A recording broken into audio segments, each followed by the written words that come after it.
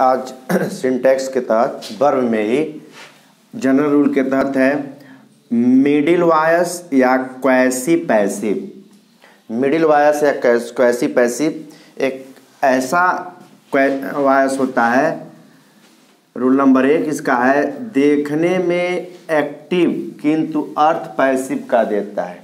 यह ऐसा वाक्य रहेगा कि जिसको हम लिखेंगे मैंगो टेस्ट्स शोर, और यहाँ पे यह देखने में एक्टिव जैसा लग रहा है क्योंकि यहाँ पे वर्ब का थर्ड फॉर्म तो आया नहीं है, बाई प्रीपोजिशन लगा नहीं है, लेकिन इसका अर्थ क्या है, पैसिव का देता है। और इसमें सब्जेक्ट की विशेषता बताई जाती है मैंगो टेस्ट्स शोर। तो ये मैंगो है सब्जेक्ट और इसकी विशेषता क्या है कि यह शोर है, मतलब खट्टा है। तो आम, और ये कौन सा टेंस दिख रहा है, प्रेजेंट का इंडेफिनिट।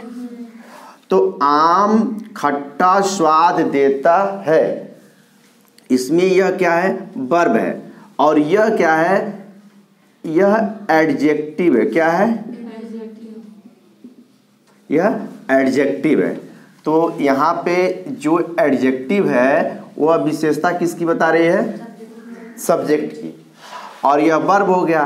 तो ऐसा वाक्य जिसमें वर्ब जो दिया हो देखने में एक्टिव लगता हो, लेकिन वो जो है अर्थ देता है पैसिव का, ऐसे वर्ब को क्वैसी पैसिव या मिडिल वॉयस कहते हैं। क्या कहते हैं, क्वैसी पैसिव या मिडिल वॉयस कहते हैं, राइट।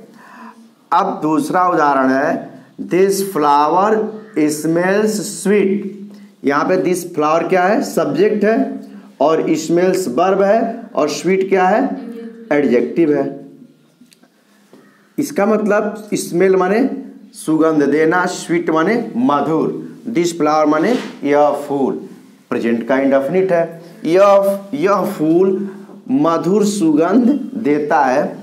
ऐसा वाक्य देखने में क्या लग रहा है, एक्टिव लग रहा है। अर्थ क्या दे रहा है, पैसिव का, और इसमें भी कर्ता का क्या है, विशेषता बताया गया है। और जो कर्ता की विशेषता बताता है उसको क्या कहते हैं, adjective, right. These chairs feel soft. यहाँ पे दीज चेयर सब्जेक्ट है, फील वर्ब है, और सॉफ्ट क्या है, एडजेक्टिव है। और यह देखने में ये भी क्या लग रहा है, एक्टिव लग रहा है। अर्थ क्या दे रहा है, पैसिव का। इसमें ये जो वर्ब आए हैं ये क्वैसी पैसिव कहलाते हैं, राइट। यहाँ हमने रूल दे दिया है कि इनके बाद एडजेक्टिव का प्रयोग होता है जो सब्जेक्ट का गुण बताते। और यहाँ पे दिस हाउस लुक्स लिखते हैं, लुक्स नाइस। यहाँ भी यह क्या है, वर्ब है, ये क्या है, एडजेक्टिव है, और ये क्या है, सब्जेक्ट है। तो यहाँ भी देखने में यह एक्टिव वॉइस के जैसा है, लेकिन अर्थ क्या दे रहा है, पैसिव वॉइस का। इसलिए यहाँ पे वर्ब क्या है, क्वैसी पैसिव है, राइट। फिश सेल्स चीप, और इस वाक्य में सेल्स वर्ब है, चीप माने सस्ता होता है, और ये भी क्या है, एडजेक्टिव है। क्या है, एडजेक्टिव है। और फिश क्या है, सब्जेक्ट है, राइट। और इसका हिंदी हो जाएगा मछलियाँ। देखो फिश का प्लूरल नहीं होता, पता है ना, तो मछलियाँ भी बोल सकते हैं और मछली भी बोल सकते हैं। तो यहाँ पे वर्ब में यस या यस लगा, इसलिए हमको मछली बोल देना है। तो फिश सेल्स चीप, मछली सस्ती बिकती है, राइट। तो ये हो गया क्वैसिव पैसिव। और क्वैसिव पैसिव के तहत यदि सब्जेक्ट की विशेषता बताई जाती है तो वर्ब के बाद क्या आता है, एडजेक्टिव आता है, और उस वर्ब को क्या कहते हैं, क्वैसिव पैसिव या मिडिल वॉइस कहते हैं। आता है नेक्स्ट रूल, यदि वर्ब की विशेषता बताना हो तो एडवर्ब का प्रयोग करते हैं। देखो यहाँ सब्जेक्ट की विशेषता बताई गई है, वर्ब जो था उसके बाद एडजेक्टिव आया था, और यह वर्ब क्वैसिव पैसिव कहलाता है। लेकिन हो सकता है कि जो दिस बुक सब्जेक्ट है, वेल यह भी एक वर्ड है, क्या वर्ड है बताते हैं, और ये सेल्स है, ये वर्ब है। तो ये तो सब्जेक्ट हो गया, नाउन हो गया, सब्जेक्ट है। और सेल्स क्या हो गया, वर्ब हो गया।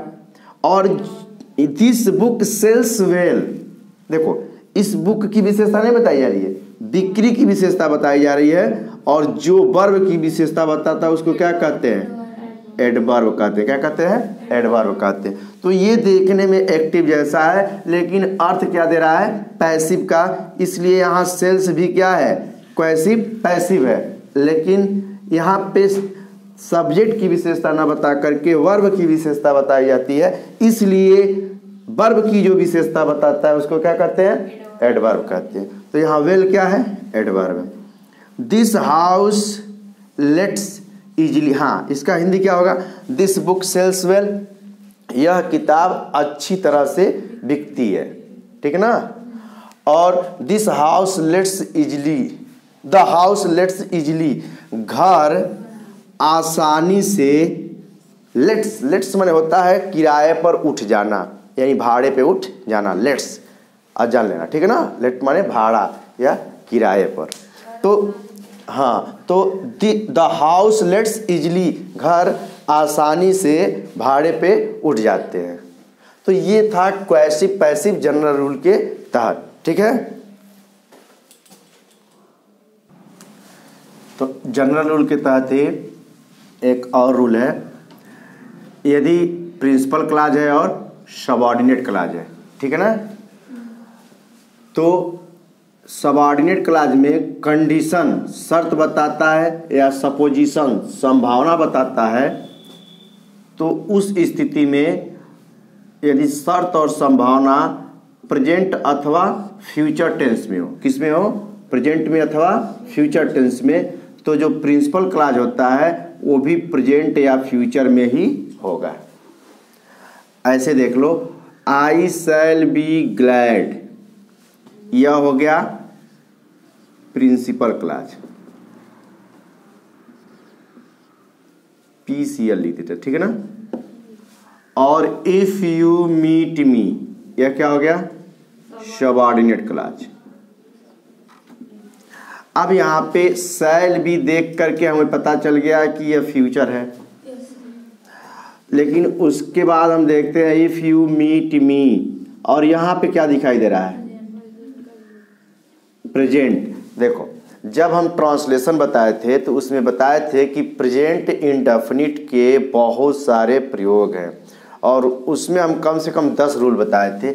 उसमें एक रूल मैंने ये भी बताया था कि प्रेजेंट इंडेफिनिट का प्रयोग हम भविष्य में किसी योजना के लिए भी करेंगे, उसमें गा गे गी आएगा, ठीक है ना। और यदि हम हैं हूँ हो ला कर ताते ती ला करके हैं हूँ हो लाते हैं, तब भी हमारा जो प्रोपोजल दिखाई देगा, एक तरह से हमारा प्री प्लान दिखाई देगा भविष्य के लिए। जैसे आई शैल बी ग्लैड, मैं बहुत खुश हूँगा, आई शैल बी ग्लैड, मैं खुश हूँगा। इफ, यदि क्या हो गया, यदि यू मीट मी, यदि तुम मुझसे मिलते हो। देखो तातेती के बाद हैं हूँ हो आया है, वहाँ पे टेंस क्या दिख रहा है, प्रेजेंट दिख रहा है, ठीक है ना। लेकिन टाइम क्या दिख रहा है, फ्यूचर दिख रहा है। और यह हम इसीलिए शुरुआत में वीडियो बनाए थे, तो difference between time and tense बताए थे। तो और यदि किसी कंजक्शन से शुरू होता है, दैट से, इफ से, बिकॉज से, वेदर से, WH वाले वर्ड से, तो वो क्या होता है, सबऑर्डिनेट क्लॉज होता है। और वह सबऑर्डिनेट क्लॉज 3 होता है, नाउन, एडजेक्टिव और एडवर्ब क्लॉज। तो यदि सबऑर्डिनेट क्लॉज प्रेजेंट में अथवा फ्यूचर में हो तो प्रिंसिपल क्लॉज प्रेजेंट अथवा फ्यूचर में अवश्य होगा। और I shall be glad if you meet me, यदि तुम मुझसे मिलते हो तो, यहाँ पे शर्त बताया गया, कंडीशनल सेंटेंस हो गया, ठीक है ना। तो मुझे बहुत खुशी होगी, आई शैल बी ग्लैड। दूसरा है सेम उसी को, सपोजिंग यू मीट मी, मान लो तुम मुझसे मिलते हो, आई शैल बी ग्लैड, तो मैं बहुत खुश या मैं खुश हूँगा। यहाँ पे देख लो ये क्या हो गया, प्रिंसिपल क्लॉज हो गया, और ये क्या हो गया, सॉरी यह क्या हो गया, अब यहाँ पे इसको पहले कर दिया, किसको, सबऑर्डिनेट क्लॉज को, ठीक है ना, और यहाँ पे क्या कर दिया, इसको प्रिंसिपल क्लॉज को बाद में कर दिया। फिर भी अर्थ वही आएगा, क्या आएगा, सपोजिंग यू मीट मी, ठीक है। अच्छा एक चीज़ और यहाँ पे नियम समझ लेंगे, जब यदि सबऑर्डिनेट क्लॉज पहले आता है ना तो यहाँ पे कॉमा देते हैं, तब वहाँ पे तो क्या ये कुछ और नहीं लगाते। सपोजिंग यू मीट मी, मान लो कि तुम हमसे मिलते हो, तो आई शैल बी ग्लैड, तो मैं बहुत या तो मैं खुश हूँगा। तो ये था हमारा एक जनरल रूल के तहत रूल कि यदि सबऑर्डिनेट क्लॉज किसमें हो, प्रेजेंट अथवा फ्यूचर में हो, तो उसका प्रिंसिपल क्लॉज भी क्या होगा, प्रेजेंट अथवा फ्यूचर में श्योर होगा, राइट। अब इसका आता है कि यदि सबऑर्डिनेट क्लॉज पास्ट में हो, किस में हो, पास्ट में हो। अब हम इसको हटा देते हैं, शर्त और संभावना ही बताया जा रहा हो, लेकिन सबऑर्डिनेट क्लॉज क्या हो, पास्ट हो, तो प्रिंसिपल क्लॉज भी क्या होगा, पास्ट होगा। और ऐसा रूल हम लोग पढ़ भी चुके हैं डायरेक्ट इनडायरेक्ट में, और इसी में एक जगह रूल बताया भी गया था। ऐसे ही इसका एक उदाहरण है, बता देते हैं।